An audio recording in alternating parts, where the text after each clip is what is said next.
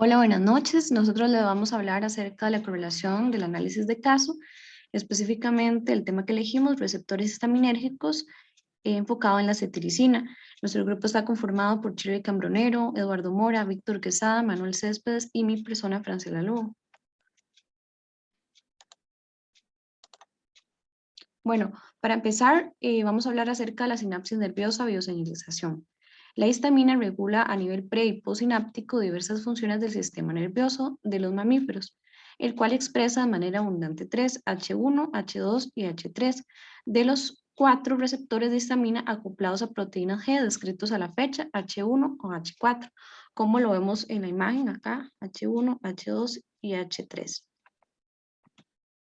En cuanto a la señalización intracelular, tenemos que las vías de señalización intracelular son las siguientes. Inhibición de la formación de AMP cíclico.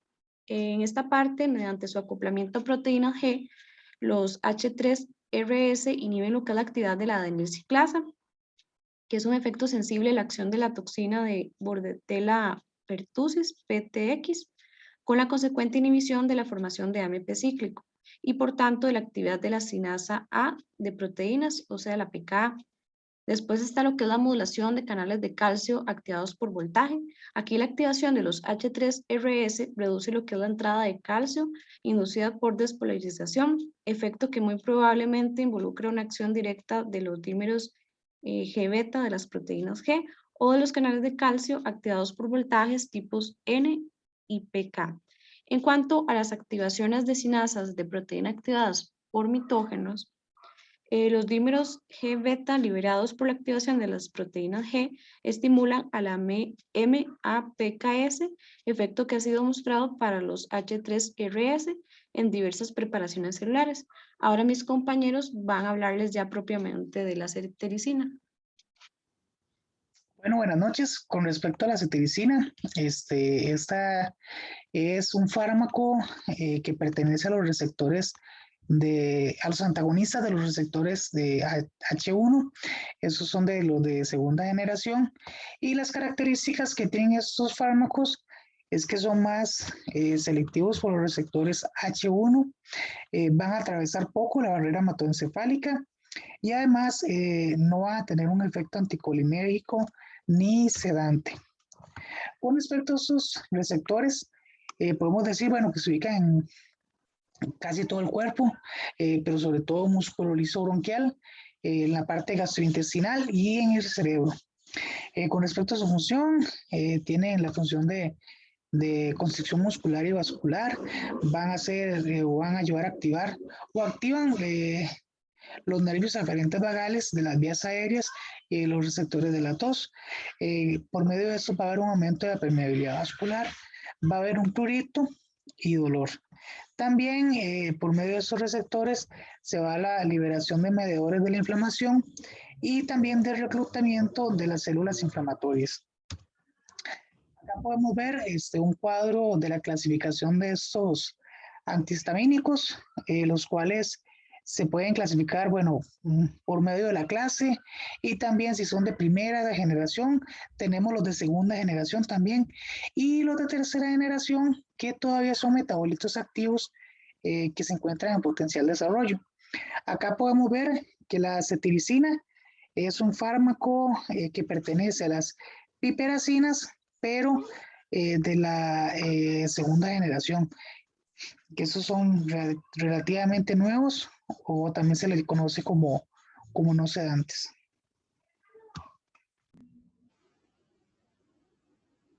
En relación a la cetiricina, su metabolito es el ácido hidroxicina.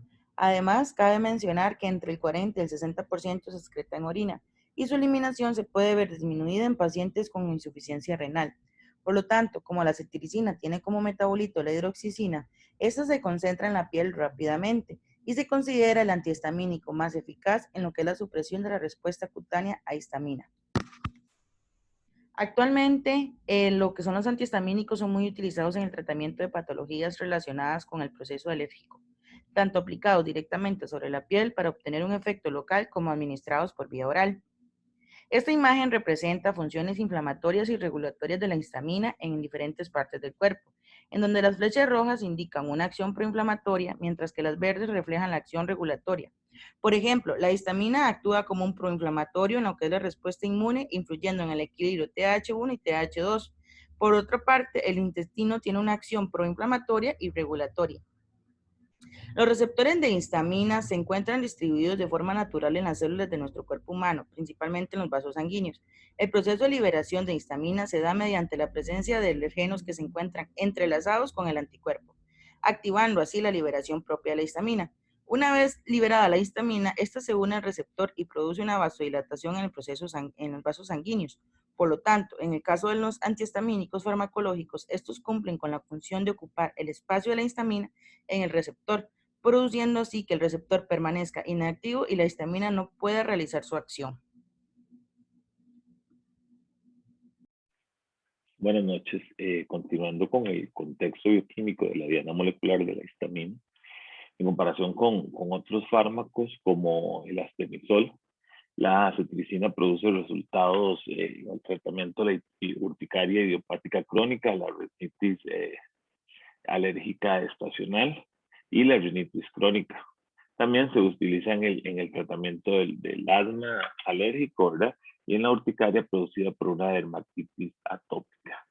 Como podemos ver en la siguiente diapositiva, ¿verdad? Vemos que la localización de los receptores de histamina están por todo el cuerpo: bronquios, endotelio, tracto gastrointestinal, el tejido del sistema nervioso central, inclusive hasta en el sistema de conducción. Funciones muchas veces vasodilatador o broncoconstricción, y actúan en el dolor o en la picazón, o más que todo en picaduras de insectos y todo eso. Ahí es donde podemos ver esas funciones. Después, trastornos alérgicos, ayuda con eso, ¿verdad? Estornudos, picor de nariz, garganta y conjuntivitis, y hasta en la disnea. Por otra parte, en el contexto fisiológico bioquímico de la rinitis alérgica, ¿verdad? Que es la enfermedad de que estamos viendo la correlación. El contexto fisiológico es: la rinitis alérgica es un trastorno heterogéneo nasal sintomático que cursa inflamación de la mucosa nasal, esto independientemente de dónde venga, de la etiología y del mecanismo patogénico que intervenga. Síntomas: obstrucción nasal, estornudo, rinorrea, prurito, y la mayoría de veces está implicado los anticuerpos de tipo IgE.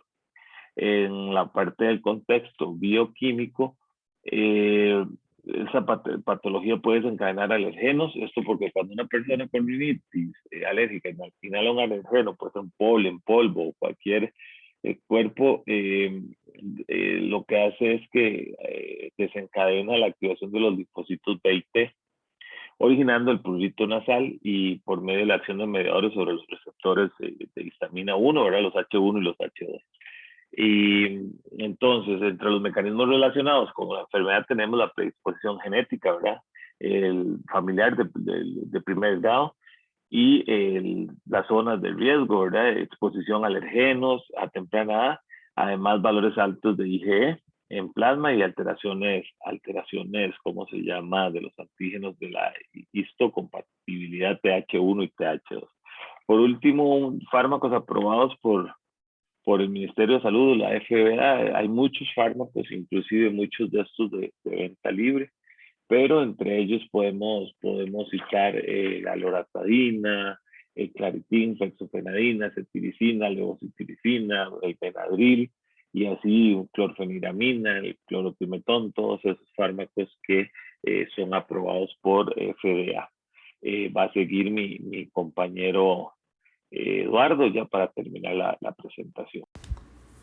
De acuerdo al mecanismo de acción de la cetiricina, esta va a actuar como un antagonista selectivo de H1. De esta forma es que va a inhibir la fase inicial cuando sucede la reacción alérgica, y esto va a reducir la migración de células inflamatorias y además de esto la liberación de los mediadores asociados a la respuesta tardía.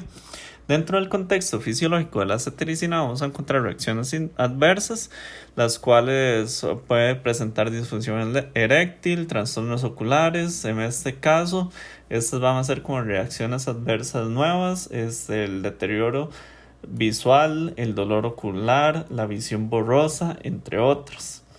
Dentro de las interacciones, la cetiricina va a experimentar un metabolismo hepático mínimo y se va a excretar prácticamente sin alterarse. Por tal motivo, las posibilidades de interacción con otros fármacos parecen ser mínimas. Dentro de las interacciones que vamos a encontrar con histamina, la cetiricina puede añadir sus efectos depresores sobre el sistema nervioso central a los propios del etanol, pero en este caso no va a aumentar los efectos de este. Igualmente puede producir una somnolencia mayor si la cetiricina se administra con fármacos depresores del sistema nervioso central, como antidepresivos tricíclicos, agonistas opiáceos, la pentazocina, el tramadol, benzodiazepinas, hipnóticos, entre otros.